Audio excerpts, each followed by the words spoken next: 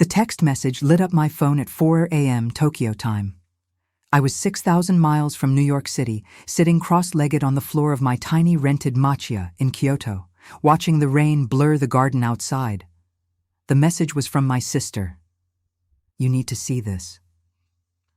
Attached was a photo of my husband, Daniel, in a tuxedo. My husband of 9 years.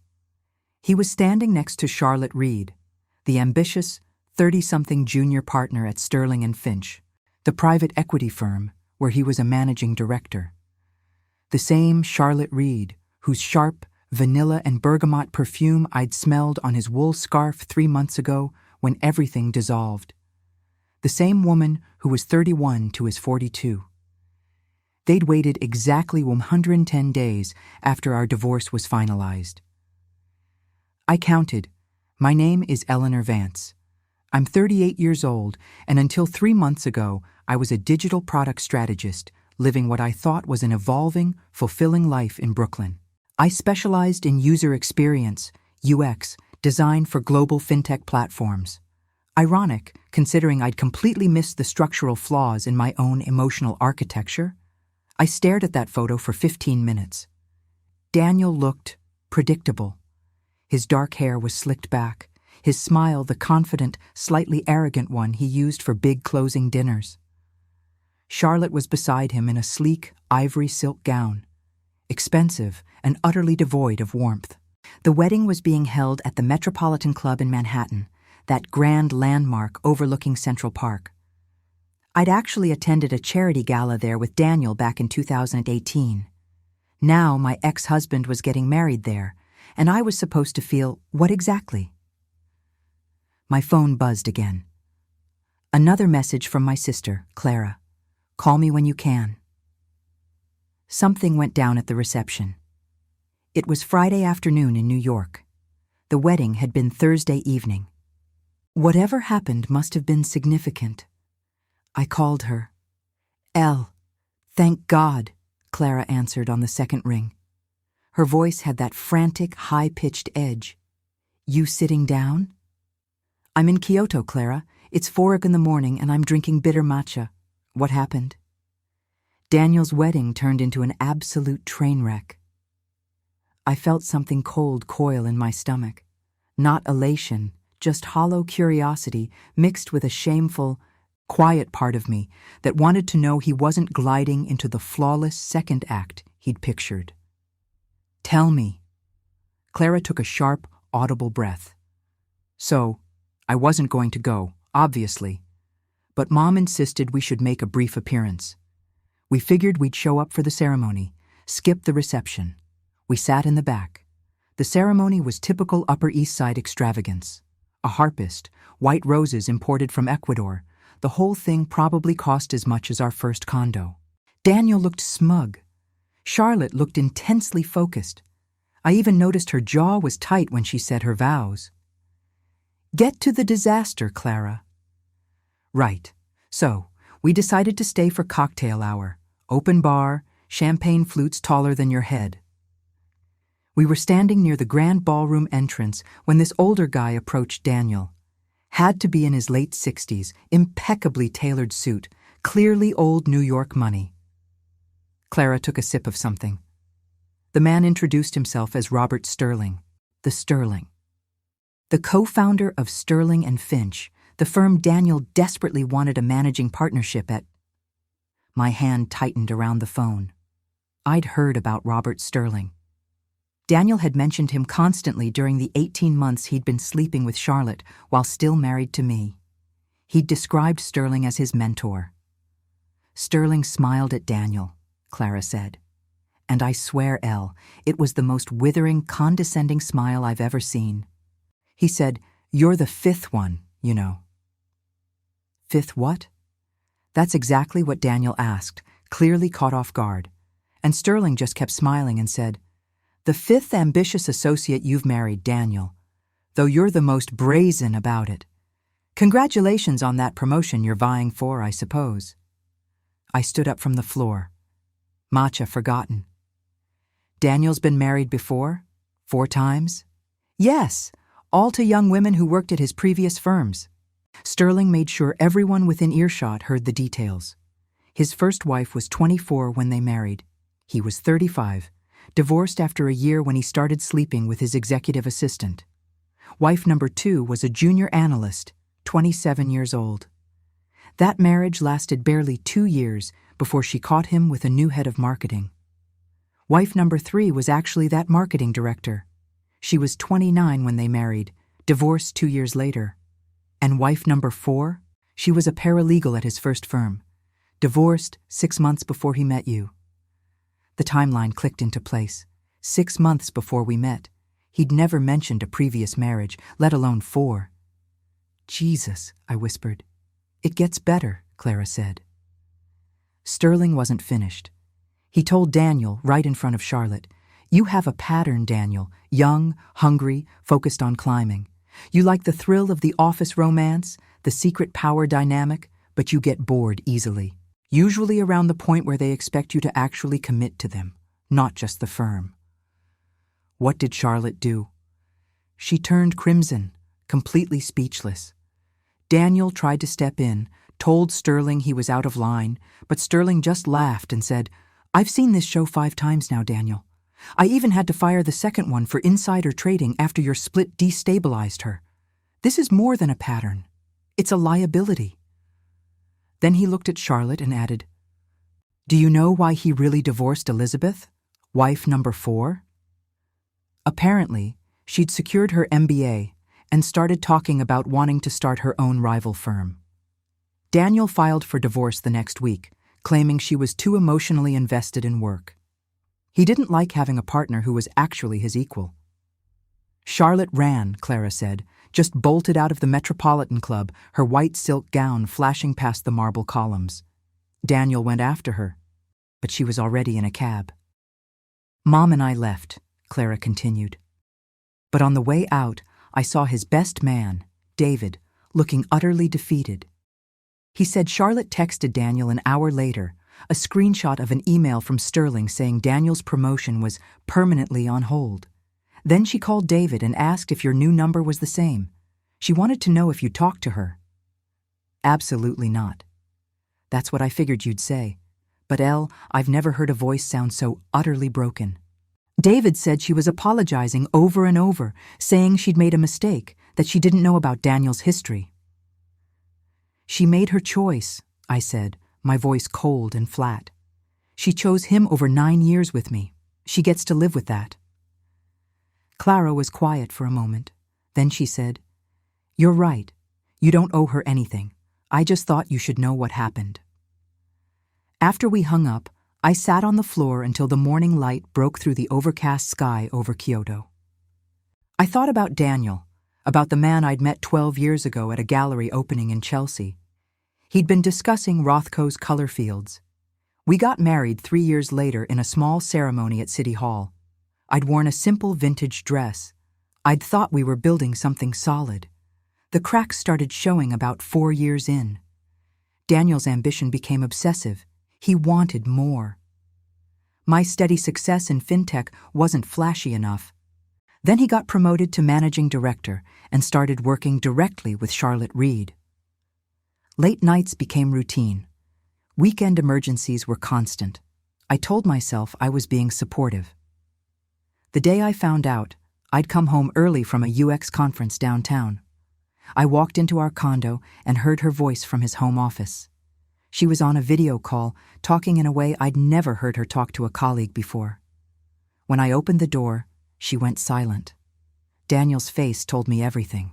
He didn't even try to lie, just said, "It's Charlotte. We've been seeing each other for a year." A year. While I was planning my mother's retirement party. The divorce took 3 months.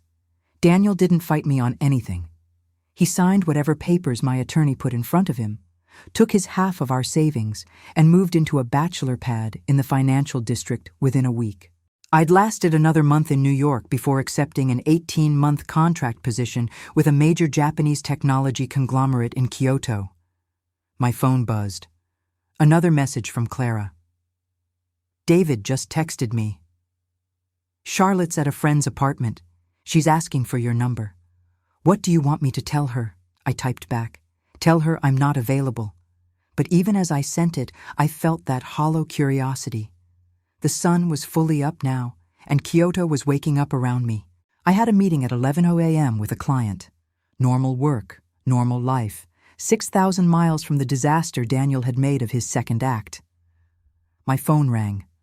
Unknown number with a New York area code. I should have let it go to voicemail, but I answered it. Hello? Eleanor. Charlotte's voice was ragged. Please don't hang up. I stood there by the window, phone pressed to my ear, and didn't say anything. I know you have every right to hate me, she continued. I know what I did was unforgivable, but Eleanor, I need you to know that I didn't. I didn't know about Robert Sterling, about his history. I heard, I interrupted. My sister told me everything. Oh. She went quiet. Then you know what a fool I've been. Charlotte, what do you want? It's 5 in the morning here. Kyoto? She repeated it. You're in Kyoto? Working. I have an 18-month contract with Nexus Tech. More silence, then in a small voice. I miss you. Rage flashed through me. You miss me? You sought out and married the man who divorced me so you could be the next Mrs. Managing Director. You miss me? I made a mistake. Multiple mistakes, I corrected. A year's worth of them while we were still married. I know, her voice broke. Eleanor, I am so sorry. I know that doesn't change anything. Charlotte, stop. Just stop. What exactly do you want from me? Forgiveness? Absolution? Permission to feel less guilty? I want, she trailed off. I don't know what I want. I just knew I needed to hear your voice. Well, you've heard it. Anything else? Do you hate me? No, I said finally. I don't hate you. I don't feel much of anything about you anymore, which is probably worse. She was crying now. I threw away the best thing I ever had. You were good to me, Eleanor. You chose someone else, I finished. Someone with more perceived power, more status. Someone who could give you the life you wanted. And tonight, you found out exactly what that life costs. It's not fair that you have to be right, she said, her voice bitter. You always were too insightful. I'm not being insightful, Charlotte. I'm being honest. You wanted a certain kind of prestige and position I couldn't give you. That's not a moral failing on either of our parts. It's just incompatibility. But I love you. No, you don't, I said quietly. You love the idea of me, the safety, the stability, but you didn't love the reality of being married to me. If you had, you wouldn't have left. Eleanor, I have to go. I have a meeting in 4 hours and I need to sleep. Wait, please. Can I call you again? I thought about saying yes. Thought about how easy it would be to slip back into old patterns. But I'd spent 6 months building something new. No, I said. I don't think that's a good idea. Please, I don't have anyone else. Charlotte, you were the villain in this story. You don't get to rewrite it now because you're unhappy with how it turned out. She was silent. Then you're right. You're absolutely right. I'm sorry I called. I hope you figure things out, I said. I hope you find whatever you're looking for, but you're not going to find it by calling me at 5 in the morning. I know. I needed to hear that you're okay, that I didn't completely destroy you. I'm okay, I told her. Better than okay, actually. I'm good. I'm glad. You deserve to be good. After she hung up, I sat by the window until my matcha went cold. I thought about marriages and mistakes, about the narratives we construct and the truths we ignore. Daniel had built a fairy tale in his head about Charlotte Reed. He'd burned down our life together to chase that fantasy. And tonight he'd discovered it was built on the same shaky foundation as his 4 previous marriages.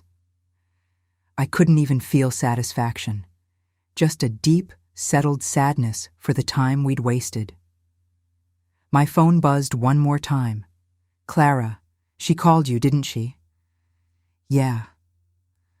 What did you tell her? I typed back. I told her the truth, that I'm okay, that she needs to figure out her own life. Good. You staying in Kyoto for now? Maybe longer. I like it here. And I did. Kyoto was peace and new beginnings. 3 months later, I got an email from Clara. She and my mom were planning a trip to Japan. Casually, she added, Daniel and Charlotte are officially divorced. Turns out Robert Sterling was right about the short-term pattern. Daniel started sleeping with a new analyst at the firm about 3 weeks after the wedding. Charlotte found text messages. She's moving back to her hometown in Connecticut. She asked me to tell you she's sorry for calling you that night. She says she understands why you needed to move on. I stared at that email for a long time.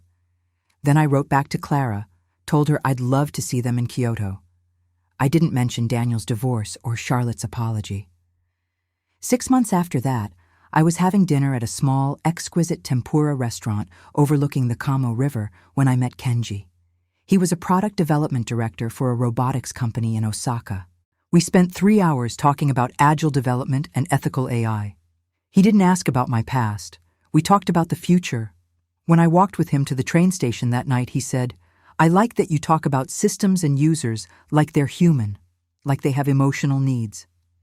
They do, I told him. Every system tells a story about the people who made it. What story are you trying to tell? He asked. I looked back at the lights reflecting off the dark river. That sometimes the best thing you can do is start over, build something new on a better foundation. Kenji smiled. I like that story. A year later, I was standing on another balcony, this time in my own renewed apartment overlooking the river. My phone buzzed. A message from Clara. Daniel's engaged. Some doctor he met at a charity event. Not sure if you want to know, but figured you should hear it from me. I read the message twice. All I felt was the same settled peace I'd carried for the past 2 years. I typed back, thanks for telling me. I hope he's happy. And I meant it. Whatever Daniel was building with this new person, I hoped it worked out better than it had with Charlotte. Better than it had with me. Behind me, I heard the faint shoji door slide open. Kenji came out carrying 2 small glasses of sake, handed me one, and leaned against the railing beside me. What are you thinking about? He asked.